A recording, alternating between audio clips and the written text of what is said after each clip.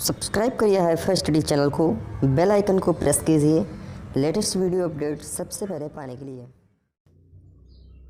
Hello नमस्कार दोस्तों, एक बार फिर से आप सभी का बहुत बहुत स्वागत करता हूं आपके अपने चैनल हाईफाई स्टडी पे। दोस्तों आज की जो वीडियो होने वाली है वो आप सभी के लिए बहुत इंपॉर्टेंट होने वाली है, क्योंकि आज की वीडियो में मैं आप सभी को बताने वाला हूं यहाँ पर पंचम प्रश्न पत्र जो कि साथियों आपका होता है।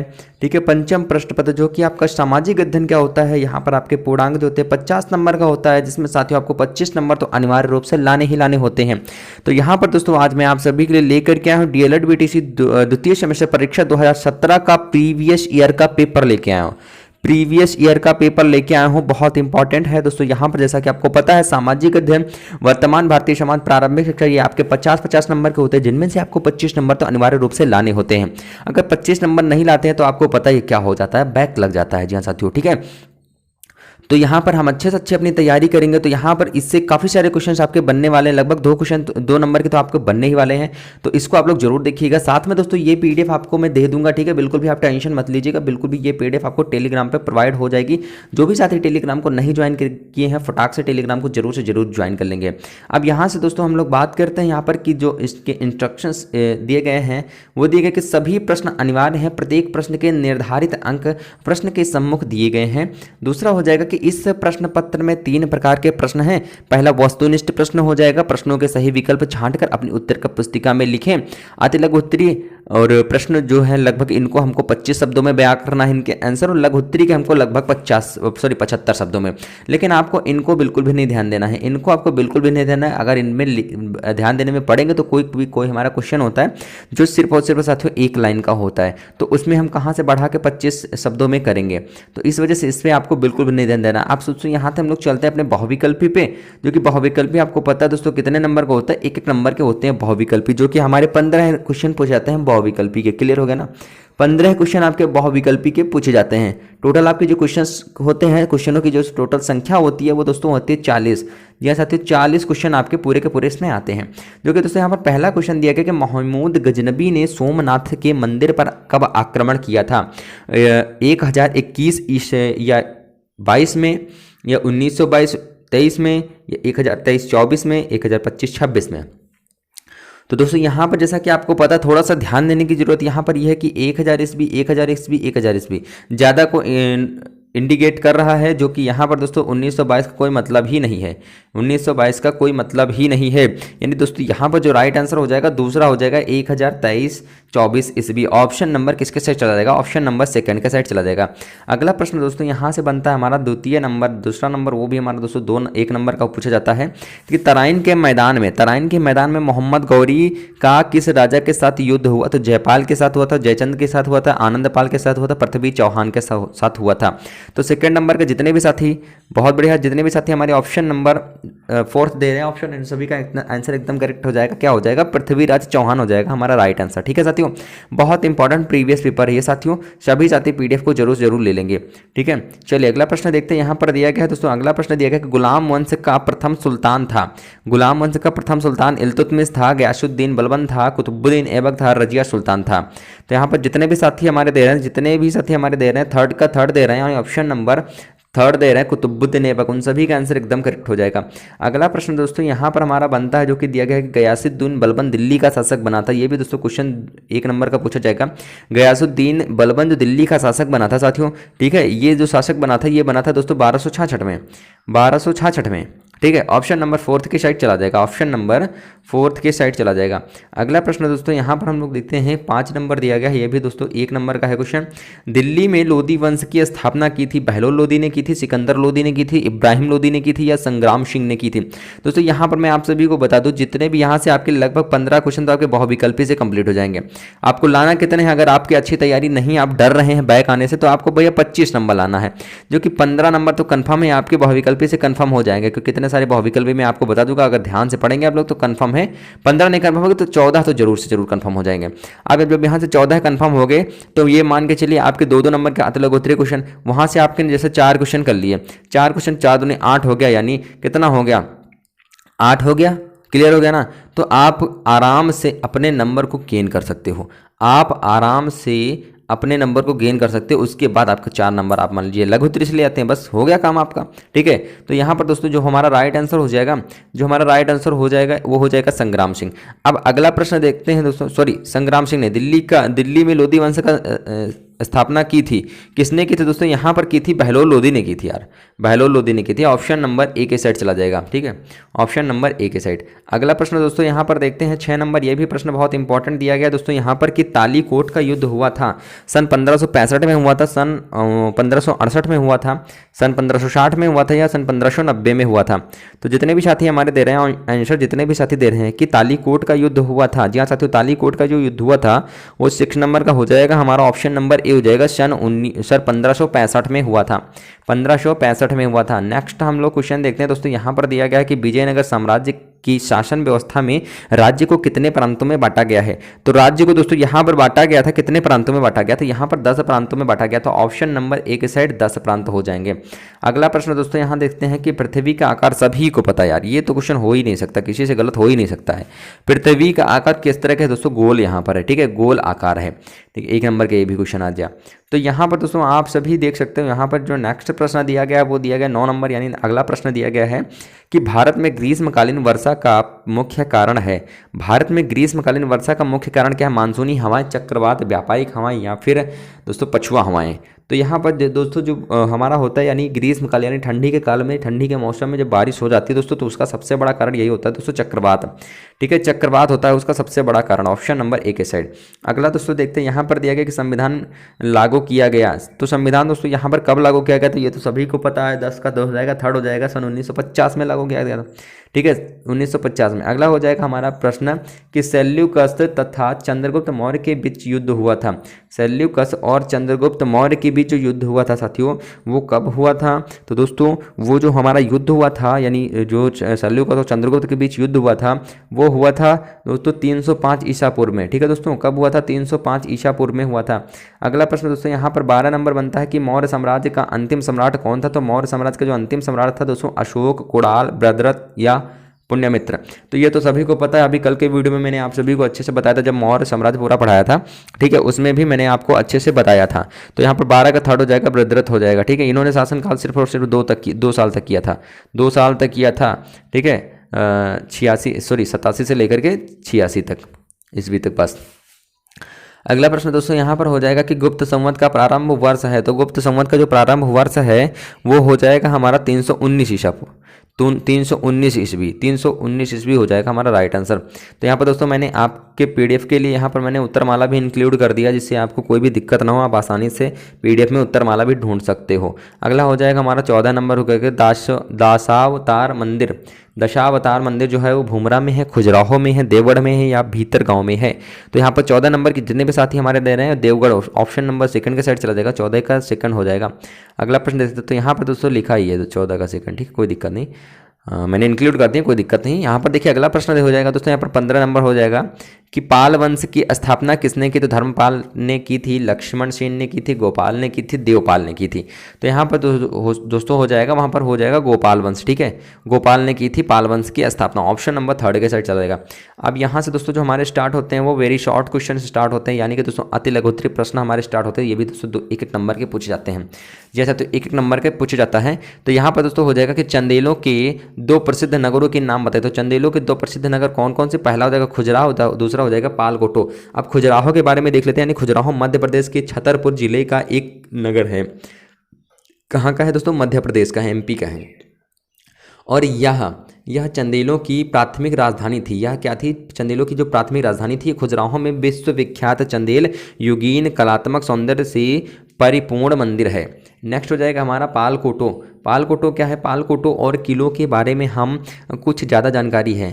ठीक है, हमें कुछ ज़्यादा जानकारी है। कौन सी जानकारी है? कि मुंगेर तथा उनसे लगे भागलपुर, पटना तथा गया के हिस्सों के पाल युग के किले रक्षित स्थल मिलते हैं। ठीक है, रक्षित स्थल मिलते हैं। गंगा के दक्षिण मुंगेर का प्रसिद्ध किला था। ये कौन सा था? ठीक है, कौन सा किला था? लखीसराय लखीसराय जयनगर का किला था। अगला प्रश्न दोस्तों 17 नंबर हो जाएगा। यहाँ पर दोस्तों आपके तो 14 नंबर 15 नंबर तो आपके कंप्लीट हो गए बहुविकल्पी से। अब यहाँ से दोस्तों देखते हैं, ये कि यहाँ पर कितने हमारे क्वेश्चंस जो बनते हैं वो अति लघुत्तरी के बनते हैं। ठीक है, कितने क्वेश्चंस हमारे ऐसे होते हैं जो साथियों अति लघुत्तरी के बनते हैं। तो दोस्तों मैं आप सभी को बता दूँ, यहाँ पर 15 से लेकर के 30 क्वेश्चन तक, ठीक है, 15 से लेकर के 30 क्वेश्चन तक आपके अति लघुत्तरी बनते हैं, यानी 15 क्वेश्चन आपके अति लघुत्तरी भी बनते हैं। उसके बाद दोस्तों 10 नंबर आपके जो बनते हैं वो बनते हैं कौन से 10 क्वेश्चन जो आपके बनते हैं वो लघुत्तरी के बनते हैं। तो यहाँ पर हो जाएगा क्वेश्चन हमारा हो जाएगा कि राजपूत काल के 4 प्रमुख कवियों के नाम बताइए। तो राजपूत काल के 4 प्रमुख कवि कौन कौन से हो जाएगा? राजपूत राजा साहित्य प्रेमी और विद्वानों के आश्रयदाता थे। तो इनके जो 4 प्रमुख कवि थे वो उसमें से पहले हो जाएगा जयदेव हो जाएगा, चंद्रबरदाई हो जाएगा, कल्हड़ हो जाएगा और श्रीहर्ष हो जाएगा। जयदेव जो बंगाल के राजा लक्ष्मण सेन के राज्य कवि थे, उन्होंने गोल गोविंद की रचना की थी। चंद्रबरदाई क्या है? चंद्रबरदाई जो अपने आश्रयदाता पृथ्वीराज की प्रशंसा में पृथ्वीराज रासों की रचना कर दी थी। उसके बाद यहाँ पर कल्हड़ ने राजतरंगिणी की रचना की थी। उसके बाद श्रीहर्ष ने नैषध चरित्र की रचना की थी। ये हो जाएंगे इनके प्रमुख 4 कवि। नेक्स्ट हमारा हो जाएगा दोस्तों यहाँ पर 18 नंबर की भोजपत्र किसकी रचना है? तो दोस्तों अगर आपको बताया गया कि 25 शब्दों में आपको बयां करना है, 25 शब्दों में आपको बयां करना, तो यहाँ पर भोजपत्र किसकी रचना है? तो भोजपत्र बल्लाल की रचना है। बस आपको इतना लिख देना। अब इसमें आप कहाँ से 25 नंबर, अब आगे क्वेश्चन में कुछ पूछा नहीं गया है तो आप इसमें आप कहाँ से 25 शब्द जोड़ दोगे, हमें ये बताइए। आप इसमें कहाँ से 25 शब्द जोड़ दोगे? बिल्कुल नहीं जोड़ पाओगे ना। इसी वजह से मैं कहता हूं कि उनमें 75 पे और आपको 25 पे बिल्कुल भी ध्यान नहीं देना है दोस्तों। ठीक है, अब यहाँ पर हमारा नेक्स्ट प्रश्न हो जाएगा कि प्रयाग प्रशस्ति के रचयिता कौन थे? तो प्रयाग प्रशस्ति के रचयिता जो थे वो दोस्तों प्रयाग प्रशस्ति समुद्रगुप्त द्वारा कौशाम्बी से समुद्रगुप्त द्वारा लाए गए इस अशोक स्तंभ पर खुदी हुई है। क्लियर, यानी प्रयाग प्रशस्ति गुप्त राजवंश के सम्राट समुद्रगुप्त के दरबारी कवि हर्षेन द्वारा लिखित लेख है। क्लियर, अब यहाँ से दोस्तों 20 नंबर हमारा क्वेश्चन बनता है कि मौर्य वंश का संस्थापक कौन था? तो मौर्य वंश का संस्थापक चंद्रगुप्त मौर्य ने की थी। किसने की थी इसकी स्थापना? चंद्रगुप्त मौर्य ने की थी। किस नंबर हमारा क्वेश्चन बनता है दोस्तों यहाँ पर कि कुतुबुद्दीन ऐबक ने अपने शासनकाल में किन 2 मस्जिदों का निर्माण कराया था? तो कुतुबुद्दीन ऐबक ने 2 मस्जिद फक-ए-ऐबक ने दिल्ली में और कुब्बत उल इस्लाम यानी विष्णु मंदिर के स्थान पर करवाया था इन्होंने, तथा अजमेर में 2.5 दिन का झोपड़ा संस्कृत विद्यालय के स्थान पर यानी नामक मस्जिदों का निर्माण करवाया था इन्होंने, इसके स्थान पर करवाया था। क्लियर, अब यहीं से दोस्तों 22 नंबर हमारा जो प्रश्न बनता है वो बनता है कि सल्तनत काल में राज्य का सर्वोच्च अधिकारी या पदाधिकारी कौन होता है? तो सल्तनत काल में सर्वोच्च अधिकारी वजीर या प्रधानमंत्री जिसे कहते वजीर कहते थे। ठीक है, ये होता था। सल्तनत काल में 4 प्रमुख होते थे, वजीर प्रधानमंत्री और दीवान ए आरिज, दीवान ए ईशा और दीवान ए रसालत। ठीक है, ये होते थे। नेक्स्ट हमारा दोस्तों यहाँ पर जो प्रश्न बनता है 23 नंबर कि हम नदियों के अपर्दन से वी आकार की घाटी किस आकार में बदल जाती है? वी आकार की घाटी किस आकार में बदल जाती है? तो उत्तर में हो जाएगा कि हम हिम नदियों की, क्लियर, हिम नदियों के अपर्दन से वी आकार की घाटी यू आकार में बदल जाती है। क्लियर, अब यहाँ पर नेक्स्ट हो जाएगा हमारा 24 नंबर की वाष्पीकरण से आप क्या समझते हो? तो उत्तर हो जाएगा कि सौर विकिरण द्वारा महासागरों नदियों जलाशयों के जल का गर्म होकर वो जलवाष्प में बदलने की प्रक्रिया वाष्पीकरण कहलाती है। वायुमंडल में पहुंचकर यह जलवाष्प अन्य गैसों के साथ मिल जाती है। अगला यहाँ पर प्रश्न हो जाएगा कि सूर्याभिताप किसे कहते हैं? ये भी दोस्तों 1 नंबर का पूछा जाएगा, सूर्याभिताप किसे कहते हैं? जो भी साथी अभी तक वीडियो को लाइक नहीं किए तो जल्दी से सभी साथी भाई वीडियो को लाइक कर देंगे और ज़्यादा से ज़्यादा अपने दोस्तों के साथ शेयर कर देंगे, ज़्यादा से ज़्यादा शेयर करने की कोशिश करेंगे, ज़्यादा से ज़्यादा शेयर भी करेंगे दोस्तों। ठीक है, सूर्याभिताप किसे कहते हैं? यानी सूर्य की जो ऊर्जा पृथ्वी की सतह तक पहुंचती है उसे सूर्याभिताप कहते हैं और यह ऊर्जा लघु छोटी छोटी ऊर्जा तरंगों के रूप में आती है और इस ऊर्जा का कुछ भाग वायुमंडल में विद्यमान जलवाष्प, ओजोन तथा अन्य गैस अवशोषित कर देती हैं। कुछ अन्य भाग बादल आदि वापस शून्य में परिवर्तित कर देते हैं। कुछ मिलाकर इसका 35% भाग परावर्तित होकर अंतरिक्ष में विलीन हो जाता है। अगला हो जाएगा हमारा 26 नंबर हो जाएगा साथ ही यहाँ पर कि मूल अधिकार किस पर बल देते हैं? तो मूल अधिकार यानी भारतीयों के लिए नागरिक अधिकार सुनिश्चित करते हैं और सरकार को व्यक्तिगत स्वतंत्रता का अतिक्रमण करने से रोकने के साथ नागरिकों के अधिकारों की समाज द्वारा अतिक्रमण से रक्षा करने का दायित्व भी राज्य सरकार पर डालने पर बल देता है मूल अधिकार। ठीक है, मूल अधिकार ये होता है राज्य सरकारों पर बल डालने का अधिकार करता है। नेक्स्ट हमारा हो जाएगा कि अर्थव्यवस्था का वर्गीकरण प्रमुख रूप से किन दो आधारों से करते हैं, किन दो आधारों से करते हैं। तो यहाँ पर दोस्तों देख सकते हो आप लोग कि अर्थव्यवस्था का वर्गीकरण यानी विकास के आधार पर और राज्य के हस्तक्षेप के आधार पर। अब विकास के आधार पर दो प्रकार से किया जाता है, अल्प विकसित और विकसित, और राज्य के समाजवादी और पूंजीवादी, दो प्रकार से किया जाता है राज्य हस्तक्षेप के आधार पर। नेक्स्ट हमारा दोस्तों यहाँ पर हो जाएगा प्रश्न 28 नंबर हो जाएगा कि उत्पादन क्या है। यानी अर्थशास्त्र में उत्पादन औद्योगिक प्रतिष्ठानों द्वारा वस्तुओं, सामानों या सेवाओं को निर्मित करने की प्रक्रिया को कहते हैं। और उत्पादन का उद्देश्य ऐसी वस्तुएं और सेवाएं बनाना है जिनकी मनुष्यों को बेहतर जीवन यापन के लिए आवश्यकता होती है। उत्पादन भूमि, पूंजी और श्रम को संयोजित करके किया जाता है, इसलिए ये उत्पादन के कारक होते हैं। अब यहीं पर बात कर लेते हैं दोस्तों कि उपभोक्ता संरक्षण अधिनियम कब लागू हुआ था। तो उपभोक्ता संरक्षण अधिनियम जो हुआ था 1986 को लागू हुआ था, 1986 को लागू हुआ था। नेक्स्ट प्रश्न हो जाएगा कि भारत किस गोलार्ध में है। तो भारत उत्तरी तथा पूर्वी गोलार्ध में है। ठीक है, उत्तरी और पूर्वी गोलार्ध में है, उत्तरी और पूर्वी गोलार्ध में है। इसी वजह से दोस्तों आप लोगों ने देखा होगा कि पूरब का साइड जो होता है हमको कोने पे दिखाई देता है। क्यों? क्योंकि उत्तर और पूरब जो सूर्य उगता है वो उत्तर और पूरब के बीच में उगता है। क्लियर? यानी कभी पूरा का पूरा वो पूरब में नहीं उगता है। क्यों नहीं उगता है? क्योंकि यही कारण है कि जो भारत है वो यहाँ से हम लोग जो भारत में हैं वो उत्तरी और पूर्वी गोलार्ध में है दोस्तों। ठीक है, अब यहाँ से दोस्तों जो हमारे स्टार्ट होते हैं वो स्टार्ट होते हैं लघु उत्तरीय प्रश्न यानी शॉर्ट आंसर टाइप क्वेश्चंस। ये क्वेश्चन दोस्तों हमारे 2-2 नंबर के पूछे जाते हैं और यहाँ से आपके 10 क्वेश्चन होंगे। 31 से लेकर के 40 तक आपके 10 क्वेश्चन ऐसे होंगे जो बहुत ही ज़्यादा इंपॉर्टेंट होंगे। जी हाँ साथियों, बहुत इंपॉर्टेंट होंगे, 2-2 नंबर आपको देखे जाएंगे। क्लियर? तो यहाँ से दोस्तों पहला क्वेश्चन जो हमारा बनता है वो बनता है कि चंद्रगुप्त मौर्य की मृत्यु और बिंदुसार का राज्यारोहण किस सन में हुआ था। तो चंद्रगुप्त मौर्य की मृत्यु 297 ईसा पूर्व में उम्र 41 से 42 सरवटबेलगोला कर्नाटक में। क्यों हुआ था इसका आप लोग जवाब बताएंगे क्योंकि बहुत ज़्यादा पूछा जाता है किस कारण हुआ था। अब यहाँ पर बात कर लेते हैं कि बिंदुसार का राज्यारोहण हुआ था 298 से 272 ईसा पूर्व तक इनका हुआ था। नेक्स्ट हमारा हो जाएगा दोस्तों 32 नंबर की चंद्रगुप्त विक्रमादित्य के 9 रत्नों में से किन्हीं 4 का नाम लिखिए। तो उत्तर में हो जाएगा दोस्तों यहाँ पर कि सम्राट विक्रमादित्य के 9 रत्नों के नाम धन्वंतरी, छपड़क, अमर सिंह, शंख, बेताल, भट्ट और घटरपाट, कालियाग, बाहर मिहिर और वर रुचि कहे जाते हैं कि ठीक है ये कहे जाते हैं नवरत्न। उसके बाद हमारा नेक्स्ट प्रश्न हो जाएगा कि विशाखा दत्त के द्वारा लिखित 2 नाटकों के नाम लिखिए। तो विशाखा दत्त के द्वारा लिखित 2 नाटक कौन कौन से? विशाखा दत्त के 2 नाटक हो जाएंगे मुद्रा राक्षस में चंद्रगुप्त मौर्य के जीवन से संबंधित घटनाओं का उल्लेख किया है और देवी चंद्रगुप्तम से गुप्तवंशी शासक रामगुप्त के विषय में सूचनाएं प्राप्त होती हैं। अगला हो जाएगा दोस्तों यहाँ पर 34 नंबर हो जाएगा राजपूत कालीन पूर्वी भारत के 4 प्रमुख मंदिरों के नाम लिखिए। ये भी 2 नंबर का हो जाएगा। तो राजपूत कालीन पूर्वी भारत के 4 प्रमुख मंदिर कौन से हो जाएंगे?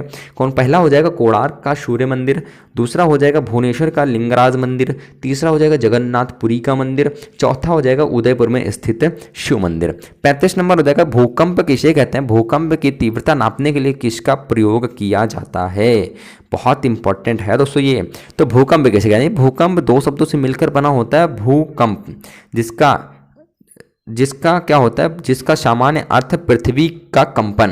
यानी जिस प्रकार किसी शांत जल में पत्थर का टुकड़ा फेंकने पर गोलाकार लहरें केंद्र से चारों ओर प्रवाहित होती हैं, उसी प्रकार क्या होता है? भूगर्भ उद्गम केंद्र से भूकंप लहरें चारों ओर फैलती हैं। भूकंप की उत्पत्ति जिस स्थान पर होती है उसे भूकंप केंद्र कहते हैं। ना कि इस भूकंप का केंद्र कहाँ पर माना गया है? दिल्ली में माना गया है या कहीं माना गया है? कहाँ पर ये केंद्र था? कहाँ ज़्यादा तीव्र था भूकंप? कहाँ से उत्पन्न हुआ है? और भूकंप केंद्र के ठीक ऊपर जहाँ भूकंप की लहरों का अनुभव सर्वप्रथम किया जाता है उसे भूकंप अवधि केंद्र कहते हैं। यानी यहाँ पर भूकंप अवधि केंद्र, यहाँ से कहाँ से भूकंप सबसे पहले दिखाई पड़ा, कहाँ से सबसे पहले जान पड़ा, कहाँ से सबसे पहले महसूस हुआ। ठीक है, तो यहाँ पर भूकंप की तीव्रता नापने के लिए रिक्टर स्केल का प्रयोग किया जाता है। 36 नंबर हो जाएगा अपशिष्ट किसे कहते हैं? Doctor versed. ठीक है, यहाँ पर क्या गया कि डॉक्टर वांसडे ने अपनी पुस्तक में अपशिष्ट की बहुत ही सुंदर परिभाषा दी है। कौन सी दी है? यानी दिया यहाँ पर इन्होंने ये है कि किसी निर्माण से उत्पन्न नष्ट हुई, खराब अथवा अतिरिक्त सामग्री कृषि तथा वानिकी से अलग की हुई वस्तुएं मनुष्य तथा पशुओं के आवासीय स्थानों से एकत्रित कूड़ा करकट जो स्थान विशेष से उपयोग होकर अथवा आंशिक उपयोग के बाद प्राप्त होता है, अपशिष्ट की परिभाषा में आता है। क्लियर हो गया ना? अपशिष्ट की परिभाषा में आता है। अगला हमारा दोस्तों प्रश्न हो जाएगा कि संविधान के निर्माण में कितना समय लगा था और यह संविधान सभा द्वारा कब पारित किया गया? तो भारतीय संविधान के निर्माण में 2 वर्ष 11 में 18 दिन का समय लगा था और भारतीय संविधान संविधान सभा द्वारा 26 नवंबर 1949 ईस्वी को एकीकृत किया गया। 38 नंबर हो जाएगा कि मौलिक अधिकार किसकी निरंकुशता पर रोक लगाते हैं? तो उत्तर हो जाएगा मौलिक अधिकार सरकार की निरंकुशता पर रोक लगाते हैं। 39 नंबर हो जाएगा यहाँ पर कि विकसित अर्थव्यवस्था एवं विकासशील अर्थव्यवस्था से आप क्या समझते हैं? तो विकसित हो जाता है दोस्तों कि इस प्रकार की अर्थव्यवस्था आर्थिक गतिविधियों एवं विकास के लिए एक बेहतर स्तर का प्रतिनिधित्व करती हैं। इस प्रकार की अर्थव्यवस्था में किसी सीमा या मापदंड का निर्धारण करना कठिन है और इस प्रकार की अर्थव्यवस्था में देशों में यूएसए, जापान जैसे देश आते हैं। जापान जैसा कि आपको पता है विकसित देश है और हमारा जो भारत है वो विकासशील है, जिनकी नागरिकों के प्रति व्यक्ति आय उच्च और बेहतर जीवन के आधार पर विकसित देश कहा जाता है। उसके बाद विकासशील क्या होते हैं? यानी विकासशील दोस्तों यहाँ पर आते हैं कि इस प्रकार की अर्थव्यवस्था में ऐसे देश आते हैं जो अपनी पिछड़ी व्यवस्था से उच्च विकास की ओर प्रयासरत हैं, जैसे कि आपका आ जाता है भारत, ये हो जाता है। उसके बाद 40 नंबर हमारा क्वेश्चन बनता है कि भारतीय अर्थव्यवस्था की 3 आधारभूत विशेषताएं लिखिए। तो भारतीय अर्थव्यवस्था की 3 आधारभूत विशेषताएं क्या हैं? कृषि पर निर्भरता, बेरोजगारी, निम्न आय का स्तर। ठीक है, ये हो जाएंगे इसकी भारतीय अर्थव्यवस्था की 3 आधारभूत विशेषताएं। तो दोस्तों आपके लिए बस इतने ही थे दोस्तों, यहाँ पर 40 नंबर तक ही थे। और अगर आपने अभी तक चैनल को सब्सक्राइब नहीं किया तो चैनल को सब्सक्राइब करके परिवार का हिस्सा जरूर से जरूर बन जाए दोस्तों। ठीक है, और वीडियो को अगर लाइक नहीं किया तो वीडियो को लाइक कर देंगे। ये पीडीएफ आपको टेलीग्राम पर मैं प्रोवाइड कर दूंगा, बिल्कुल भी आपको टेंशन लेने की जरूरत नहीं है। टेलीग्राम पे ये पीडीएफ आपको प्रोवाइड हो जाएगी, सभी साथी वहां से डाउनलोड कर लेंगे। तो आशा करते हैं वीडियो आपको पसंद आया होगा। अगर वीडियो पसंद आया तो वीडियो को लाइक कर देंगे, शेयर कर देंगे अपने दोस्तों के साथ।